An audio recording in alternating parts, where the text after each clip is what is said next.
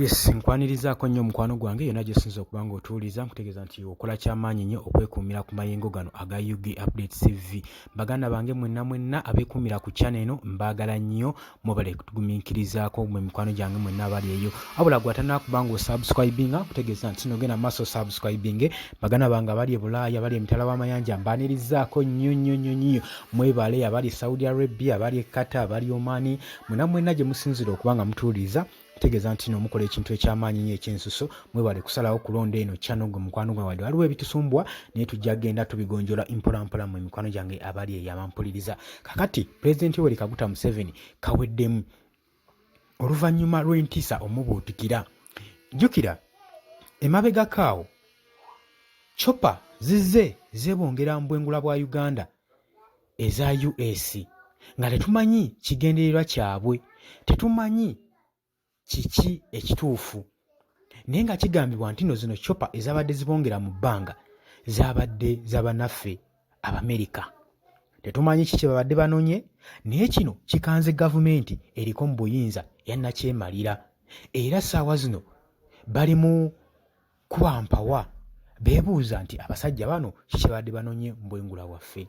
Kitaddewo ebibuuzo bingi naddala Uganda mu kaseera kano ng'ebadde mu conflicts n'amawanga ag'ebweru western countries saako ne baneiba baayo ab'oku mulirwano tebali makambugu naddala amawanga ag'ebweru.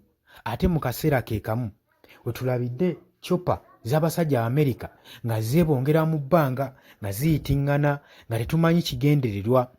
Amerika tennavaayo kwewakana ate tennavaayo konfaminga claiminga kino ekigenda mu maaso. Naye ye President Yoweri Kaguta Museveni kino kimukubye ekikwe saako n'entiisa kuba agamba nti no mu kaseera kano nga tuli mayengo g'ebyebifuzi chopper zino okwebongera mu bbanga okuba nga ziyitiŋŋana mu bwengula bwaffe ki ekigenda mu maaso. Kino kitegeeza ki? Nti Uganda ssaawa zino yandibadde etandika okwekengera. Jjukira nabagamba ensi nnyingi ezibadde zikolagana ne Uganda, embasi nnyingi mu mwaka guno ezivudde ezisibyemu ebyanguwa okulaba nga badda ewaabwe mu butaka nga baabulira Uganda.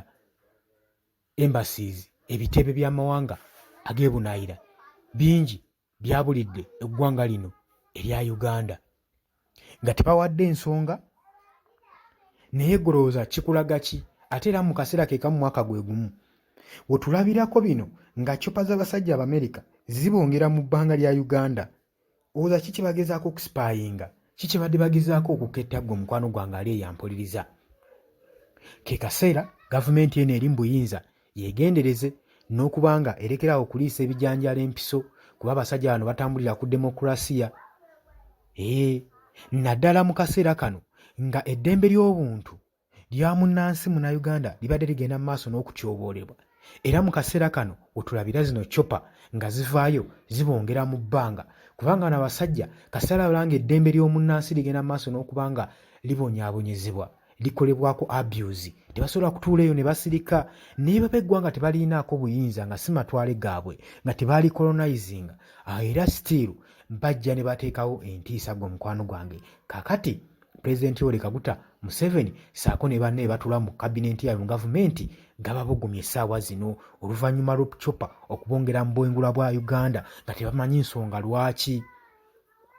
Gwe mukwano gwange ali eyo wampuliriza golowooza ke kaseera okubanga munnaggwanga anunulwa? Jangu mu comment section jangu likinge jangu sharinge. Gwe mukwano gwange yenna atannakuba ng'osubscribinga kubiriza ogende mu maaso n'okuba ng'osubscribinga jangu sharinge jangu commentinge. Mbaagala nnyo baganda bange abali e Bulaaya abali e Kenya abali erudda wa mwenna gye musinza okuba nga mutuwuliriza mbategeeza nti mukola ekintu ekyamaanyi ennyo mukolera ddala ekintu ekyensuso. Mbaagala nnyo mweraba.